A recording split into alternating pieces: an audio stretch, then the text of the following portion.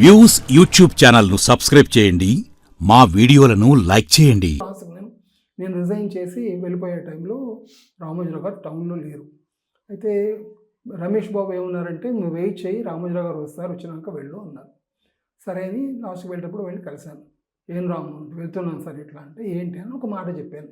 ఏంటంటే సార్, నేను కోరి జర్నలిజంలోకి వచ్చాను. స్కూటర్ మీద వెళ్తుంటాను, వస్తుంటాను. దారిలో ఒకసారి ఏదైనా నాకు వేరే ఆపర్చునిటీస్ ఉండగానే ఇందులోకి వచ్చాను. నేను రోడ్డు మీద పోతుంటే ఏమైపోయాను అనుకోండి, ఒక వ్యక్తి జర్నలిజం కోరి వచ్చాడన్న విషయం కూడా అది అట్లా అన్నాడు. మీరు ఎక్కడ బయలెన్స్ ఇవ్వరు కదా సార్, ఈ వార్త నేను రాశానన్న బయలు లేదు, ఎక్కడ రికార్డులో లేదు కదా, నా పరిస్థితి ఏంటి అన్నాను. సరేలే అన్నాడు చెప్పేసి వెళ్ళిపోయాను. అంటే ఆ మాట మొహం మీద చెప్పడానికి అంత ధైర్యం కాదు, చేయగల అవకాశం ఇచ్చింది మాత్రం ఆయనే. మిగతా వాడు చాలా భయపడిపోయేవాడు. అక్కడ ఆ ఆర్గనైజేషన్లో గురించి బయట ఒక క్రమశిక్షణ ఉండేది, కానీ అదొక జైలు, దాంట్లో ఏమి చేయలేము, మాట్లాడలేము అని చాలా విషయాలు చాలామంది చెప్తారు. నాకు అలాంటి పరిస్థితి నాకు ఏర్పడలేదు. రామ్మోహన్ రావు గారితో కూడా ఈ న్యూస్ టైం పెట్టారు, ఈనాడు ఉంది. ఈనాడు వాళ్ళకంటే న్యూస్ టైం వాళ్ళకి శాలరీ ఎక్కువ ఇచ్చేవాడు. ఒకసారి మీటింగ్ పెట్టారు, అందరితో తెలుగు రిపోర్టర్లతో మీటింగ్ పెట్టారు. అప్పుడు ఏంటంటే ఏదో లా వచ్చింది, సెంట్రల్ గవర్నమెంట్ లా ఏదో వచ్చింది, శాలరీ అడ్జస్ట్ చేయడం. అయితే ఎంత బచావత్ వచ్చింది రోజు. అయితే నేను అన్నాను కదా సార్, మేము వాళ్ళు ఇద్దరం ఒకే పని చేస్తున్నాం, మాకంటే వాళ్ళకి ఎక్కువ శాలరీస్ వస్తున్నాయి, మా వాళ్ళంతా ఎందుకు మాట్లాడతావు, ఏం మాట్లాడుతున్నావు అన్న, నేను మాట్లాడదలుచుకుంది మాట్లాడతాను అని చెప్పాను.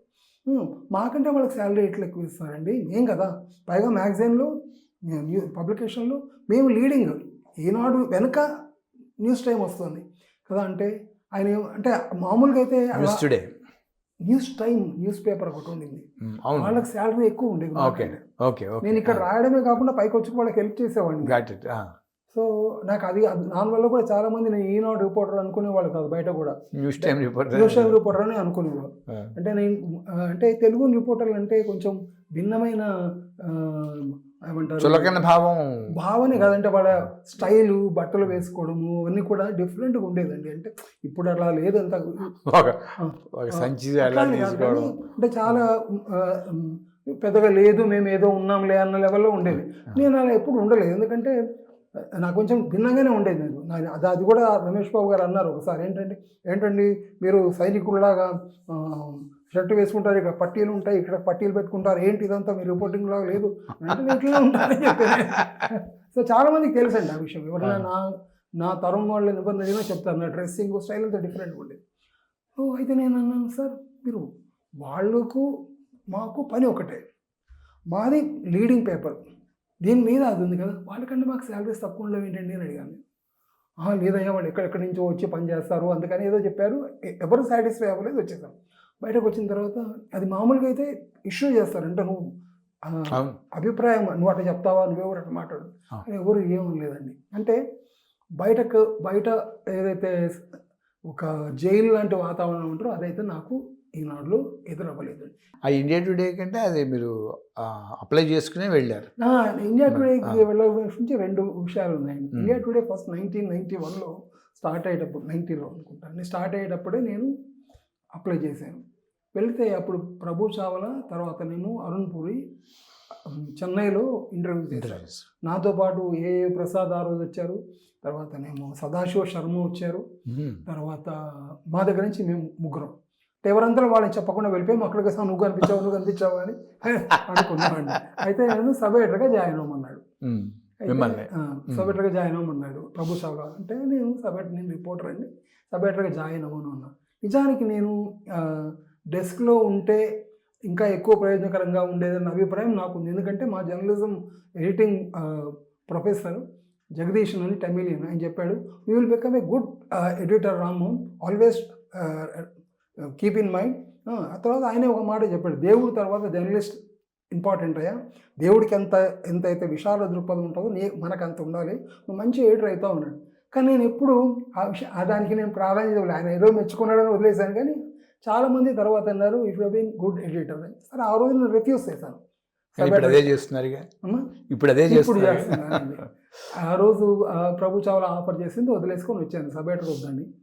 తర్వాత మళ్ళీ 3 ఏళ్ళకి నాకు ఇండైరెక్ట్గా వచ్చిందండి. మళ్ళీ వాళ్ళు నా గురించి ఎంక్వైరీ చేశారు. నా మీద అంటే అది ఎంక్వైరీ చేసిన సందర్భంలో 1993 జూన్ ప్రాంతంలో ఎంక్వైరీ జరిగింది నా మీద. అయితే అమర్నాథ్ అంటే ఒక ఇన్ఫర్మేషన్ ఏంటంటే మంచి ప్రైవేట్ ఇన్వెస్టిగేషన్ లాంటిది చేయించారు. ఆ డీటెయిల్స్ అన్ని దగ్గర పెట్టుకున్న తర్వాతనే నాతో మాట్లాడారు అని చెప్పారు. అయితే నాకు రాజేంద్ర గారు ఒక మాట చెప్పారు, మీ గురించి చాలా చెప్పారయ్యా అమర్నాథ్ గారు. I spoke to so many people in last 1.5 years, not a single man said single thing against him అని అన్నాడు. అంటే చాలా సంతోషం సార్, కానీ అంతకుముందే వాళ్ళు ఎంక్వైరీ చేసేసుకున్నారు నా మీద. నేను ఆర్య సమాజ్ వాళ్ళ కాంటాక్ట్స్ ఉండేవి నాకు ఓల్డ్ సిటీలో ఉన్నప్పటిదాకా వాళ్ళ దగ్గర సమాచారం ఉండేది. ఏ రకంగా చేసుకున్నారు, ఎలా చేశారో తెలియదు, చేసుకున్నారు. దెన్ జాయిన్డ్ ఇన్ 1994 ఏప్రిల్లో నేను ఇండియా టూర్లో చేరాను. 93లో మీరు అప్లై చేసుకుంటే 94 93 నేను అప్లై చేయలేదండి. వాళ్ళు రెండోసారి వాళ్ళ దగ్గర నుంచి నాకు వచ్చిందండి. వాళ్ళు పిలిచారు, మళ్ళీ అవన్నీ ప్రాసెస్ జరిగింది. మళ్ళీ నా స్టోరీస్ ట్రాన్స్లేషన్స్ అడిగారు, ఇచ్చాను.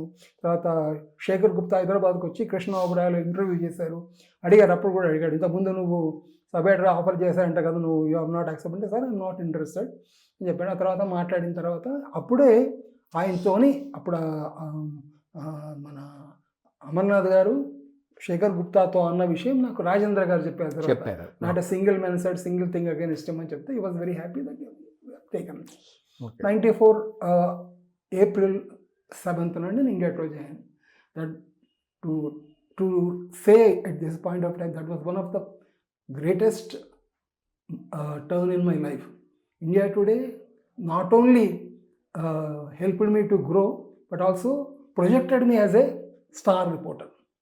As I told you earlier, ఇంతకుముందు మీతో చెప్పినట్టుగా నేను ఒక యావరేజ్ ఇండివిజువల్ని జర్నలిజం అనే ఒక ప్రొఫెషన్ ఎలా ఎలివేట్ చేస్తుందో చెప్పడానికి నేను నిదర్శనం అనుకోండి, ఉదాహరణ అనుకోండి. అక్కడి నుంచి నాకు గుడ్ ఆపర్చునిటీ.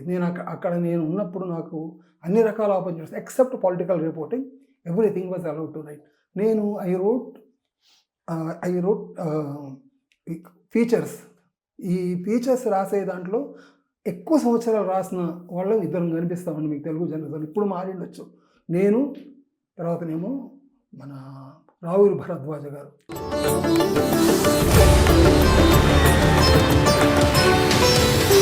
వ్యూస్ యూట్యూబ్ ఛానల్లో లైక్ చేయండి, షేర్ చేయండి, సబ్స్క్రైబ్ చేయండి.